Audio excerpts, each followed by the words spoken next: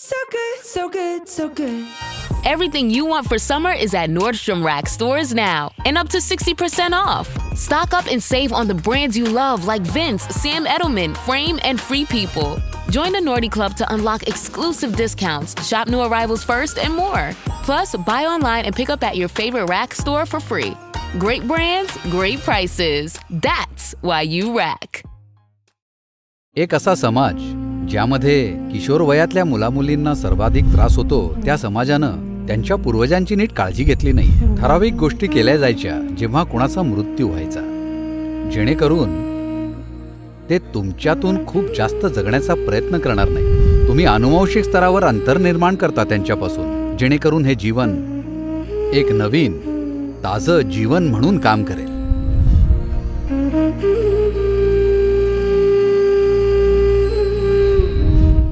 आता महालया अमावस्या येते पुढच्या काही दिवसात. हा वर्षातला तो काळ आहे जिथे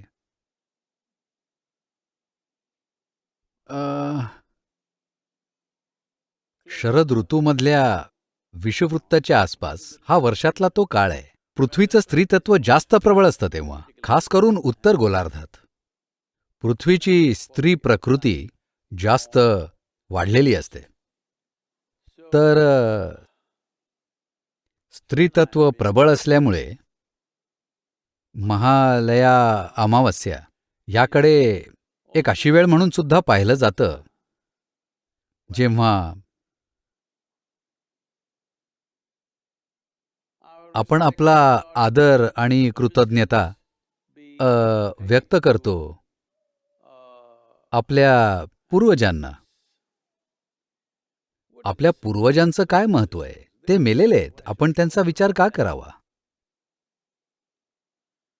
तर प्रॉब्लेम असा आहे की तुम्ही सध्या जे कोणी आहात आजच्या जगात, तुम्ही सतत गुगलवर असल्यामुळे तुम्हाला कदाचित वाटत असेल की तुमचा जन्मसुद्धा गुगलमधून झालाय. ज्या लोकांना आपण तुमचे पूर्वज म्हणतो ते कदाचित इथे तिथे झाडांवर लटकलेले किंवा इकडे तिकडे फिरत नसतील, पण ते तुमच्यात जिवंत आहेत. पूर्वजांचा किती भाग तुमच्यात जिवंत राहतो ते एका स्तरावर तुमचं आयुष्य समृद्ध करतं आणि दुसऱ्या स्तरावर तुमचं जीवन अडकवून ठेवतं. आपण जे कोण आहोत ते आहोत फक्त आपल्या पूर्वजांमुळे. जे काही ते शिकले, त्यांना जे काही माहीत होतं, त्यांची कौशल्य, त्यांच्याकडचं तंत्रज्ञान, त्यांच्या जीवनाची जाण, आपण ते सगळं आत्मसात केलंय, कळत नकळत आपल्यापैकी प्रत्येकानं.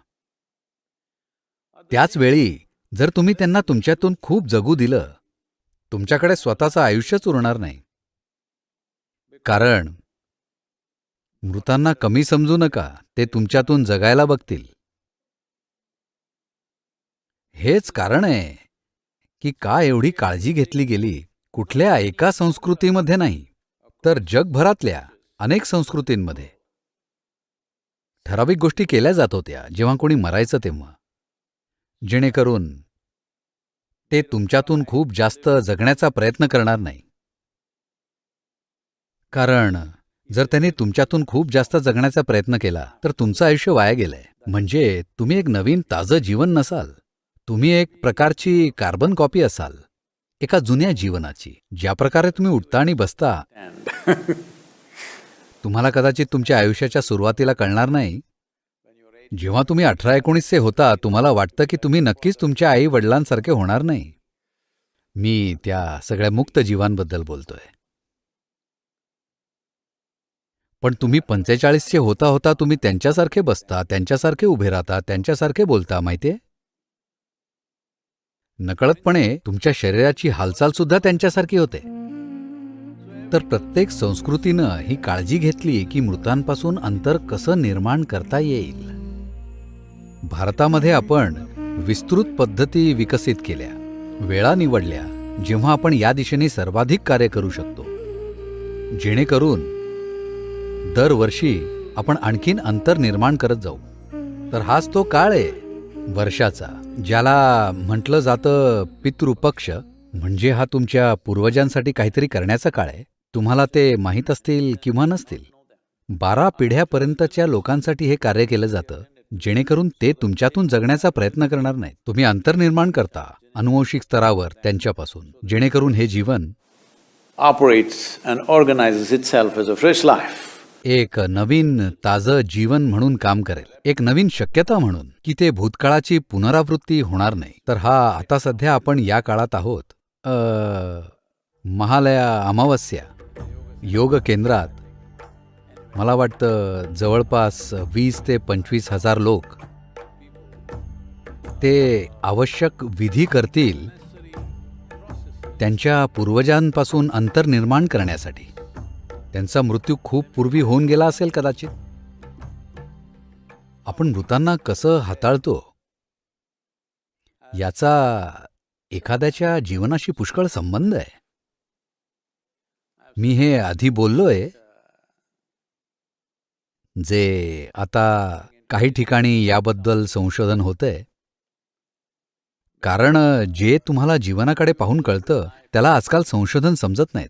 तुम्हाला प्रयोगशाळेतल्या उंदरांचं निरीक्षण केलं पाहिजे की त्यांच्या पूर्वजांच्या वागणुकीचा त्यांच्यावर परिणाम होतोय की नाही. उंदरांच्या बाबतीत खरं असेल तरच ते तुमच्या बाबतीत खरं आहे. उंदरांची शर्यत म्हटलंय ना, त्यांच्यामध्ये सुद्धा हे पाहण्यात आलंय की एक प्रयोग जो मला वाटतं एमेरी विद्यापीठात झाला, कदाचित, किंवा विद्यापीठाचं नाव वेगळं असेल काहीतरी, कुठलं तरी मोठं अमेरिकन विद्यापीठ नक्की. त्यांना हा छोटासा प्रयोग केला जिथे उंदरांचा एक समूह त्यांना खूप छान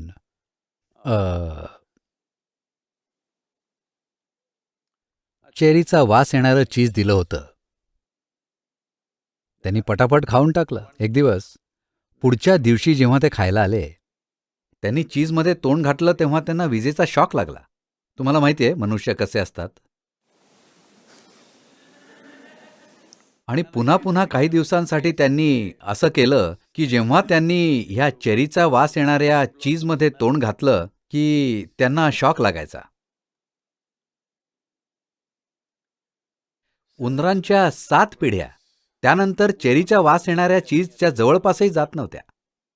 ते धडा शिकले म्हणतोय मी. आणि या पिढ्या कधी एकत्र राहत नव्हत्या. तुम्हाला वाटत असेल की ते शाळा चालवत असतील. त्यांना वेगळं केलं होतं. तर ते जिथे कुठे होते 7 पिढ्यांसाठी त्यांनी शिकलेलं ज्ञान तसंच राहिलं. फक्त 8व्या पिढीत ते थोडं कमी होऊ लागलं. उंदरांच्या बाबतीत खरं असेल तर ते तुमच्या बाबतीतही खरं असलं पाहिजे. मी त्यांच्या डेटानुसार बोलतोय. आम्हाला आधीपासून ठाऊक आहे तुमच्याबद्दल हे खरं आहे. ते सकारात्मक आणि नकारात्मक गोष्टी तुमच्या बाबतीत खऱ्या आहेत. सकारात्मक आणि नकारात्मक दोन्हींचा जर तुमच्या आयुष्यावर प्रभाव जास्त प्रबळ झाला तर ती एक नकारात्मक प्रक्रिया बनते. ते कदाचित सकारात्मक असेल, पण जर तो प्रभाव खूप प्रबळ झाला तर ते नकारात्मक होतं. कारण ज्या कुठल्या तुमच्या 7, मी फक्त 7 म्हणतोय, ठीक आहे. महालया अमावस्येला आम्ही 12साठी करणार आहोत, पण न जाणो, कारण तुम्ही सर्वांनी मास्क लावलेले आहेत. मला कळत नाही की तुम्ही मनुष्य आहात की उंदीर.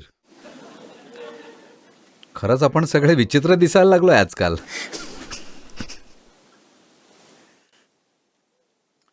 तर ज्या पिढ्या आपण गमावल्या आहेत, कदाचित आपल्याला ते माहीत नाहीत, त्यांची नावं माहीत नाहीत, त्यांचे फोटोसुद्धा पाहिले नसतील, पण ते आपल्यामधून जगतायत.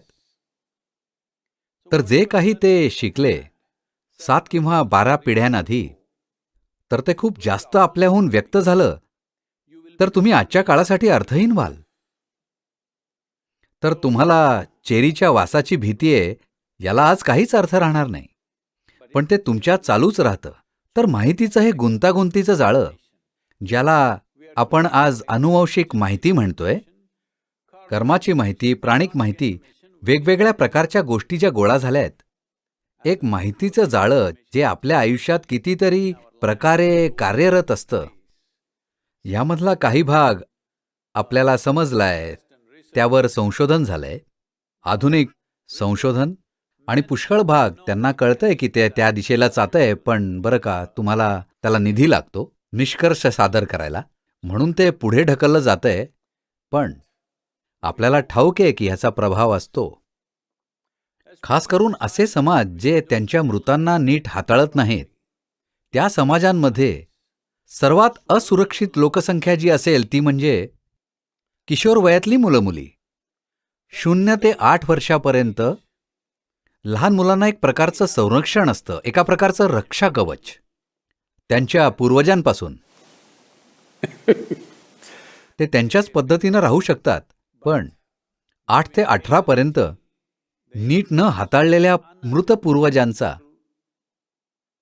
शब्दांअभावी मी म्हणतोय, त्यांचा आत्मा किंवा त्यांची स्मृती गोंधळ घालते किशोर वयातल्या मुलामुलींसोबत.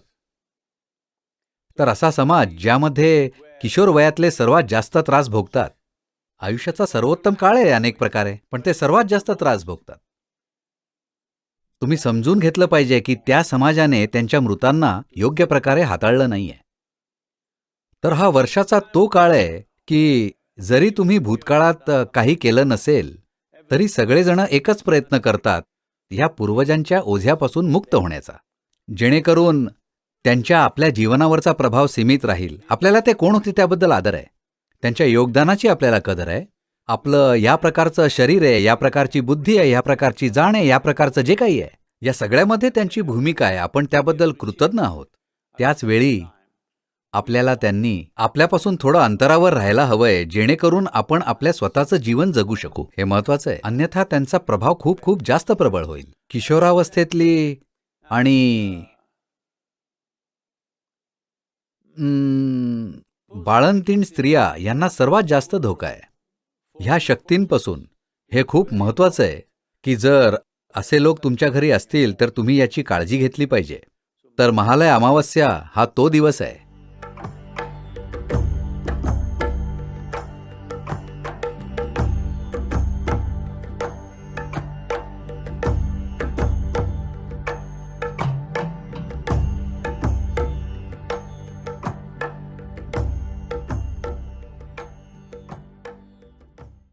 Ryan Reynolds here from Mint Mobile with a message for everyone paying big wireless way too much. Please, for the love of everything good in this world, stop. With Mint, you can get premium wireless for just $15 a month. Of course, if you enjoy overpaying, no judgments, but that's weird. Okay, one judgment. Anyway, give it a try at mintmobile.com/switch. Upfront payment of $45 for 3-month plan, equivalent to $15 per month required. Intro rate first 3 months only, then full price plan options available. Taxes and fees extra. See full terms at mintmobile.com.